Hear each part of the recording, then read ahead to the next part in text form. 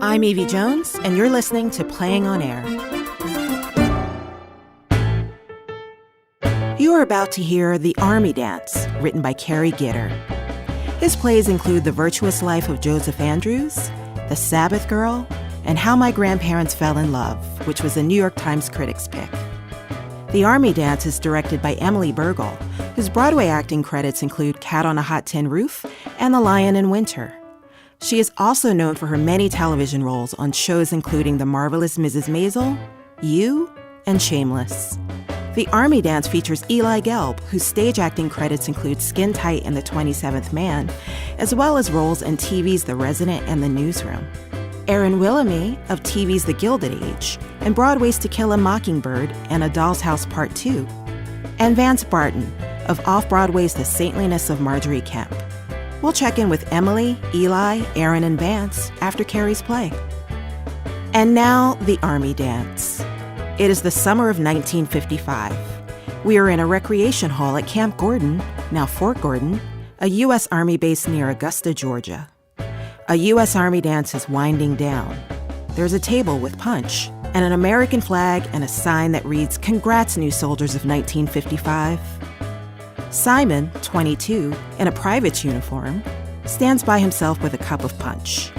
Betsy, 21, in a dress, enters. She watches Simon for a moment, then approaches him with a smile. Howdy, soldier. Oh. Hi. I ain't bothering you, am I? No, I was just standing here. Just standing off by yourself, watching everybody else dance? Yep. I'm Betsy. Simon. Care to dance, Simon? No thanks. But this is a dance. I'm aware. A U.S. Army dance, no less, celebrating the newest crop of soldiers to graduate from basic training at Camp Gordon, of which you are one. I am. So you should be dancing. I'm just doing some thinking. Thank you, though. Look, here's the thing. I'm sort of supposed to get you to dance. Supposed to? Yeah, see, I'm with the Young Ladies Society of Augusta. What's that? Society of Young Ladies from Augusta. Most of the girls here tonight are from there. I was wondering where they got all you girls. We do meetings, social events, charity, and one of our civic activities is coming to Camp Gordon to entertain the soldiers. I see. Now, you see Darlene over there? The redhead with all that makeup on? Yeah. She's the leader of my group, and she saw you standing here alone all night, and then she saw me standing by my lonesome, and she said, "Betsy Hunt, you better get your little butt over there and get that soldier on the dance floor before this night is over. That is your civic duty."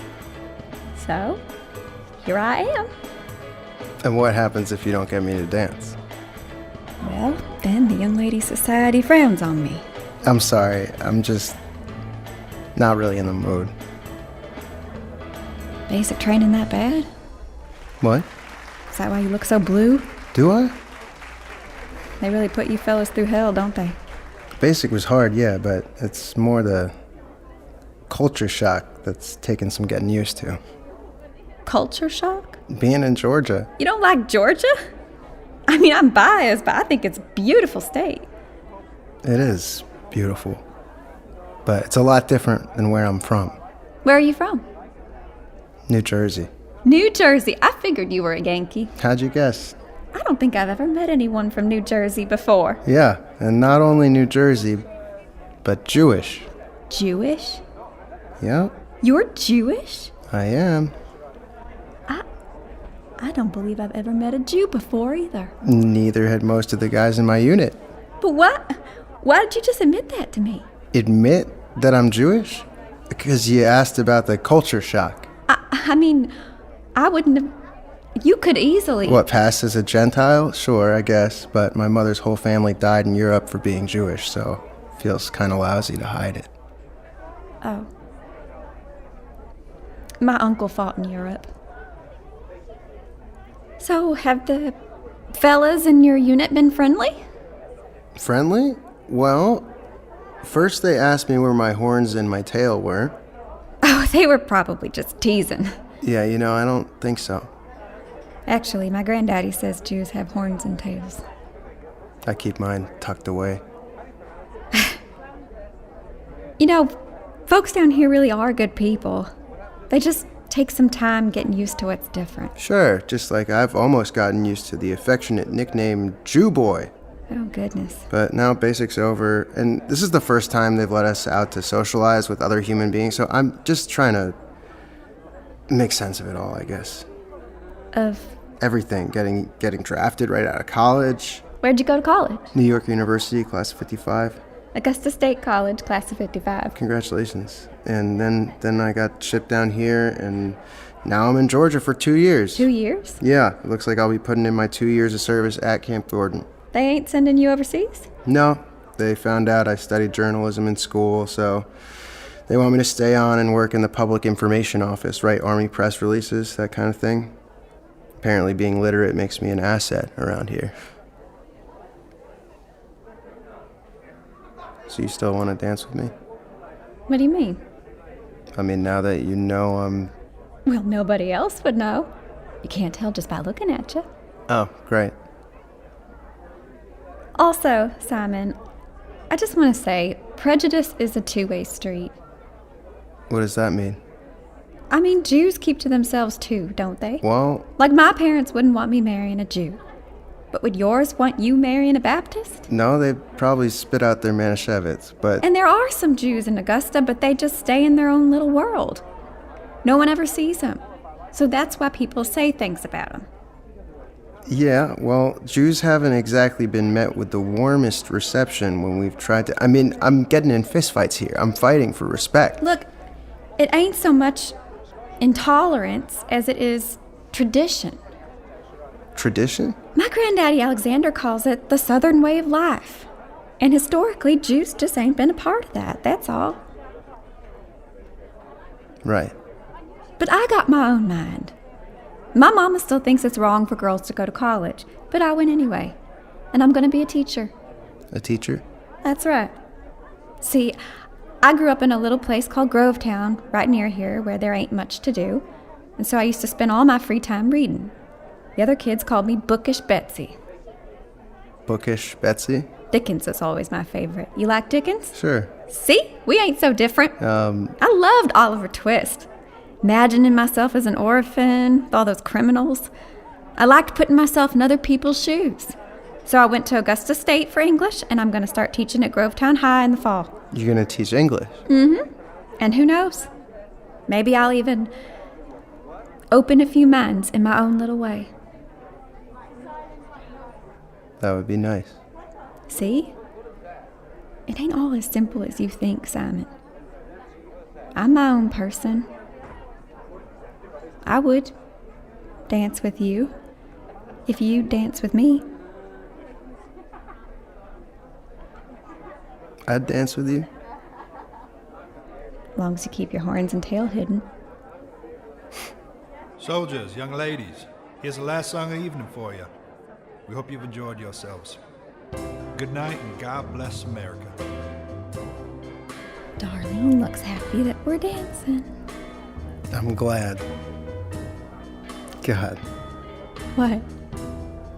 No, this is just crazy. What is? I mean, I think 10 weeks ago, I was sitting in my parents' apartment in Hoboken. Hoboken? Eating my mother's deflavorized liver and onions and listening to my aunts and uncles scream at each other about communism and Israel and their ulcers. And now I'm in the army, in the South. Putting up with all this crap, sorry. It's all right. But also, somehow dancing with a comely Southern belle. A comely Southern belle? I know, it's a stereotype. Well, I didn't expect to be dancing with my first Jew. Your first Jew. It's just surreal, you know? What? How your life can suddenly leap forward like that. You know, you're a very interesting person. So are you. Crusading school teacher. Despite some of your questionable views. All right now. I'm gonna be around here for a while. Uh-huh.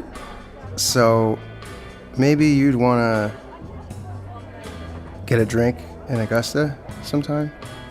When I have time off?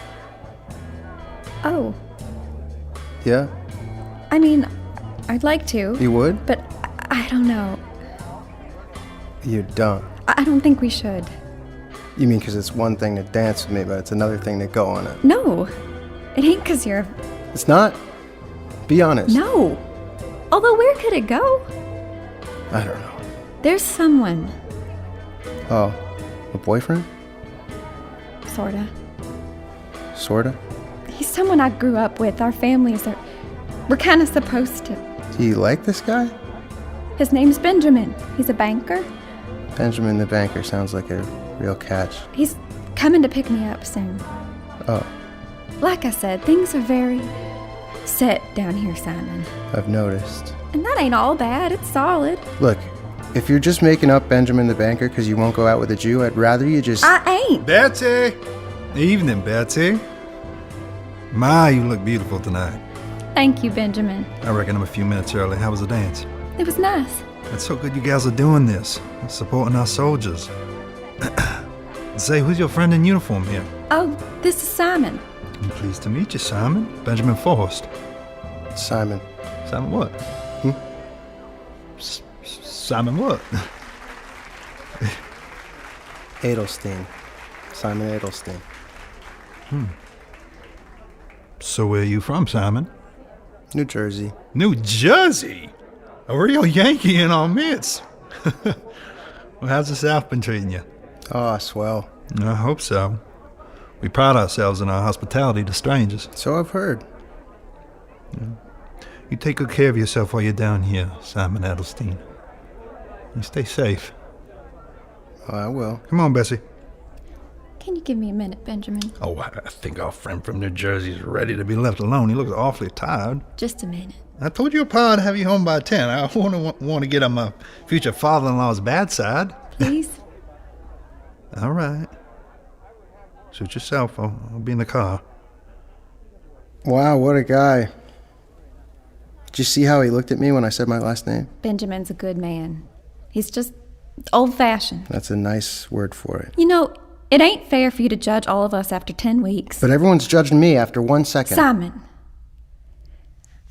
I have genuinely enjoyed meeting you tonight. Yeah, you too. And there'll be more dances, so we'll see each other again. Okay, Betsy. And I do think I understand what you meant before. About what? About life suddenly leaping forward. What are you looking at? The stars out that window? Do you look at the stars in New Jersey? No. Too much smog. That's one nice thing about being here. You can always see the stars. Yeah. You think they can see us? Maybe. You know, I bet to the stars we all look the same.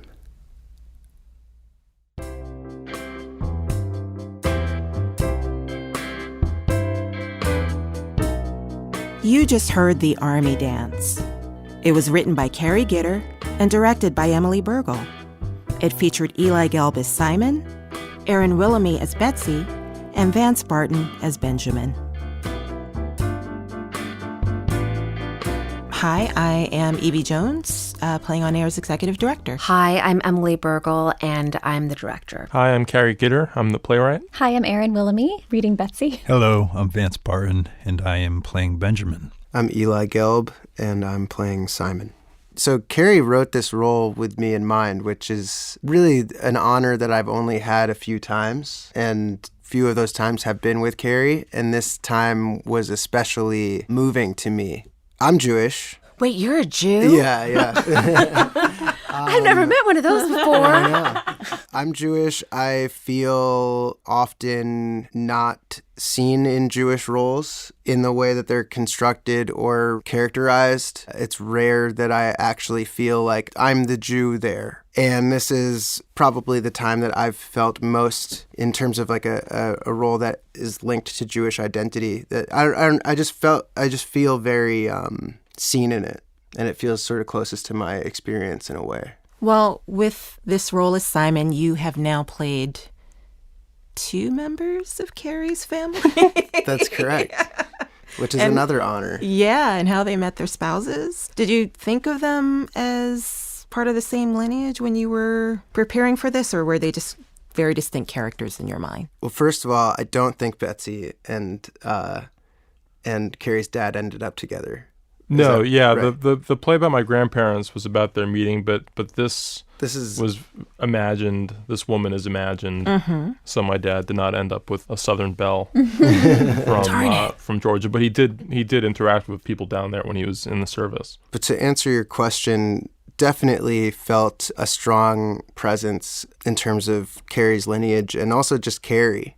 You know, getting to know him over time, because Cary was in Youngblood, which is a group at Ensemble Studio Theater where I'm a member. So we got to know each other over a number of years working together, and he gave me the opportunity to play a lot of roles and stuff he wrote. But the things that I connected to the most were in How My Grandparents Fell in Love and this one. Yeah, I guess it's sort of linked to what I was saying before. It feels very like a very personal relationship to being Jewish and one's identity and personal history that, was sort of just very vulnerable and immediately present in the writing. They definitely feel like companion pieces to each other in a really beautiful way.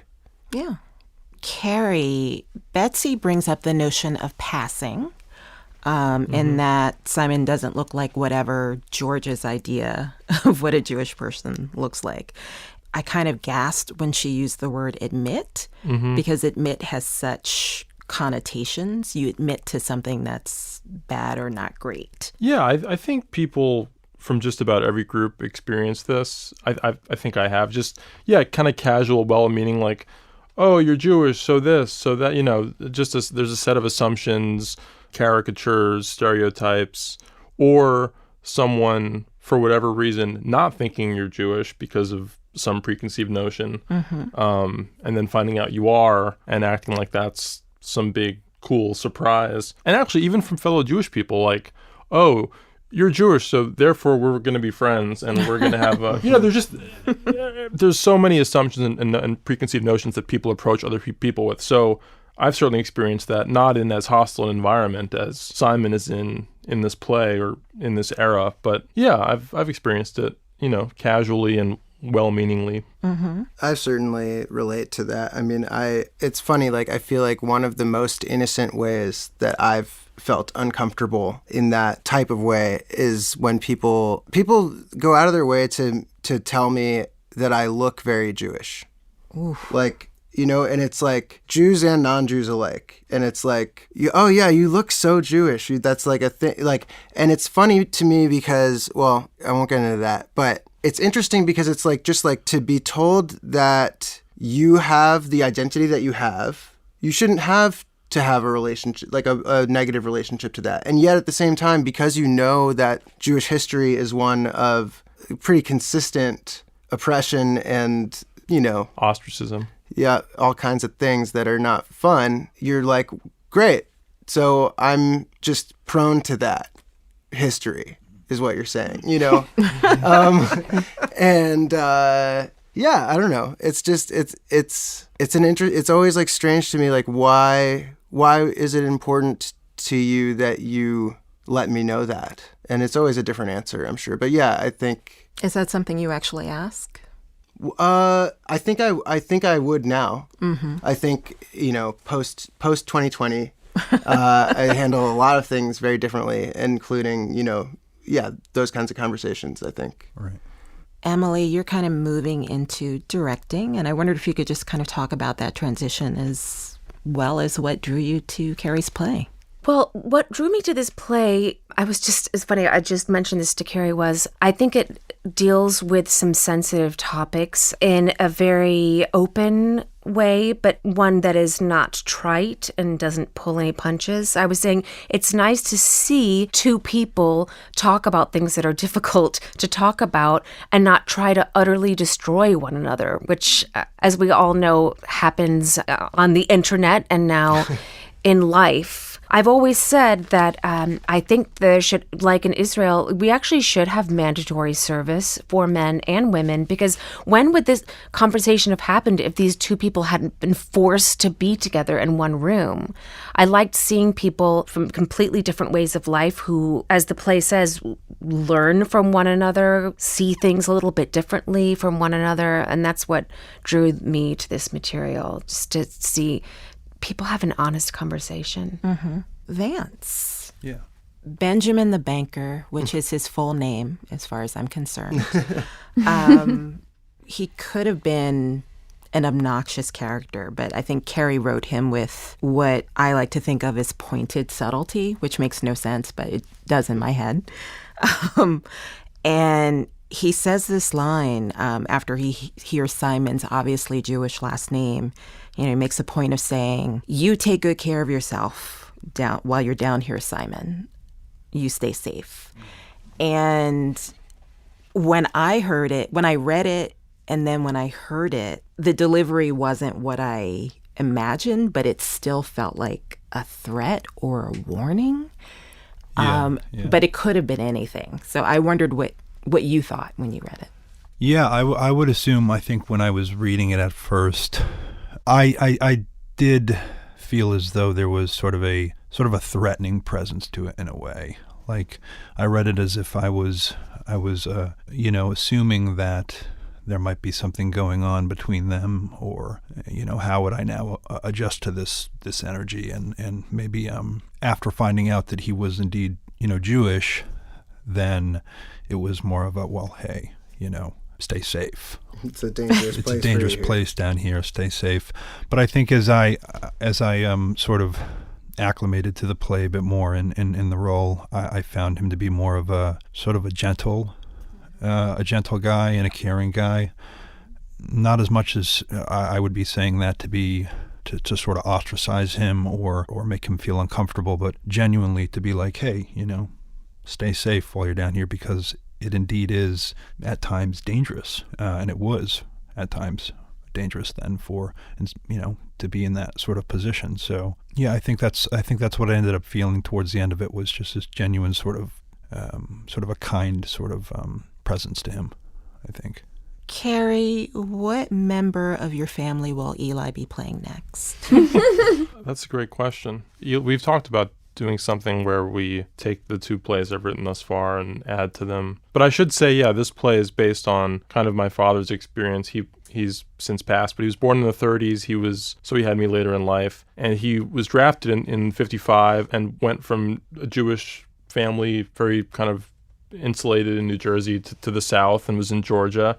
And he would tell me stories about meeting guys in basic training who actually did think Jews had horns and tails. But he also told me very fond stories of his time there and how much he enjoyed it, and how much he enjoyed being outside of his comfort zone. And he talked very romantically about all of these beautiful Southern women that he got to meet and interact with.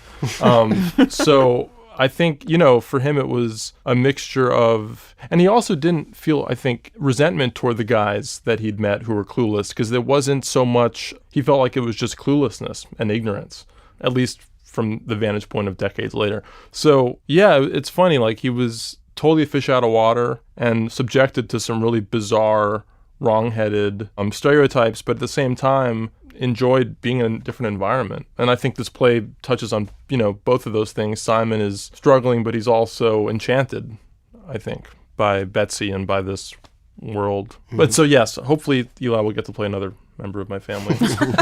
Maybe Cary. Yeah, exactly. Erin, less of a question and more of a compliment. Betsy is really comfy with saying a lot of things that made me go, oof. And I still really liked and kind of loved her. Yeah. So I just, wanted to commend you. I mean, obviously it's there in the writing as well, but again, it felt different to me when I read it. And then when I heard and saw your performance, I said, oh, I really like this girl. And I think, your Betsy did a really good job of walking that fine line between defending the intolerance of her community and just making it clear that, she wants Simon to know that she has her own mind. And it really worked, and it was beautiful. It was beautiful to hear. Thank you. I feel like Emily gave me a note that was helpful. You said that she don't defend as much as you think you need to, because she doesn't necessarily feel like anything's wrong with what they've done or what she's saying or anything. So that was actually really helpful to realize if I'm too defensive, it's like, you've done something wrong, or you're saying something wrong. And if she's literally just, that's all.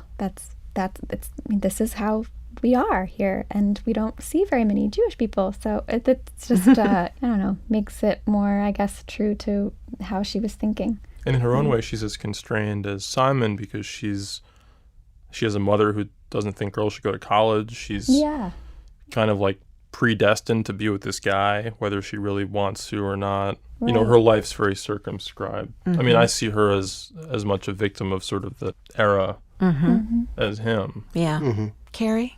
Well, just to say thank you to the wonderful cast and to Emily. Actually, I still wanted to hear the answer to your question about becoming a director. Oh, I thought... Yes. I thought she didn't want to answer, so I was because as I was observing the rehearsal process, it was so interesting to hear you as an actor, with an acting background, directing these actors so sensitively, and I was curious about Thank that you. too. I had mentioned to Claudia that I wanted to direct. For a long time as an actor, I've always felt resentful about actors who say, well, I really want to direct, or I really want to do this, because I think for me, always acting was enough. I hated this belief that, oh, well, what do you really want to do? I mean, for me, acting has always been a love, and I'll never grow tired of. But I think I've just finally found the confidence to know that I'd like to do this. I actually met Vance because he was my student a few years ago. And that's when I discovered, oh, I speak actor.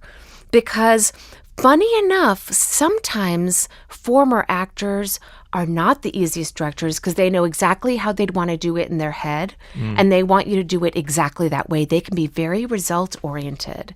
And I found through working with great students like Vance and great actors, I found, oh, I actually think I speak this language. And it was really wonderful to get this opportunity today. Basically, I said, I'm just going to go in there and act like a director and fake it until I make it. So did it work? Yes, absolutely. No, Great. For sure.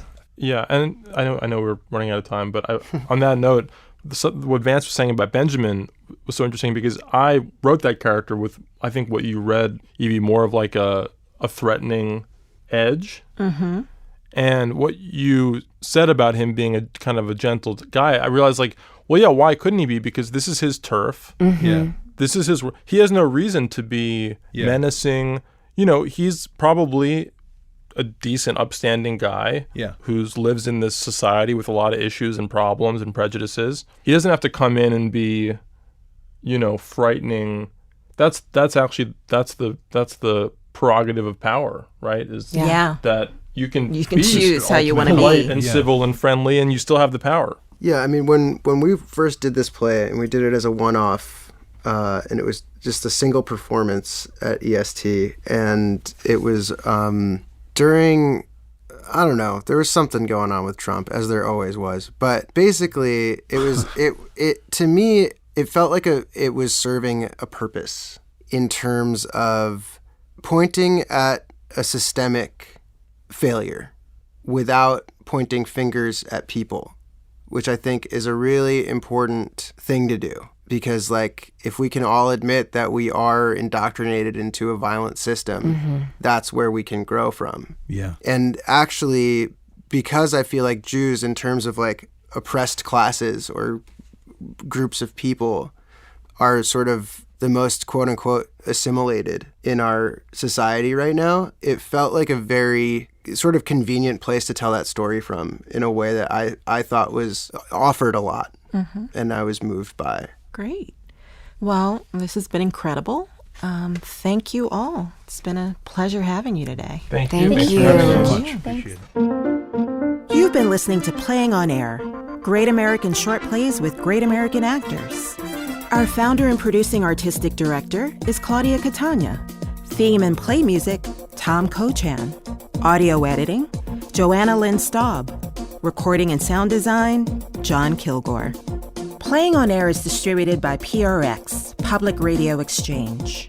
Special thanks to the National Endowment for the Arts, New York State Council on the Arts, the Horace W. Goldsmith Foundation, and Josie Merck for their support, and to listeners like you. Thank you. For Playing on Air, I'm Executive Director Yvie Jones. Thanks for listening.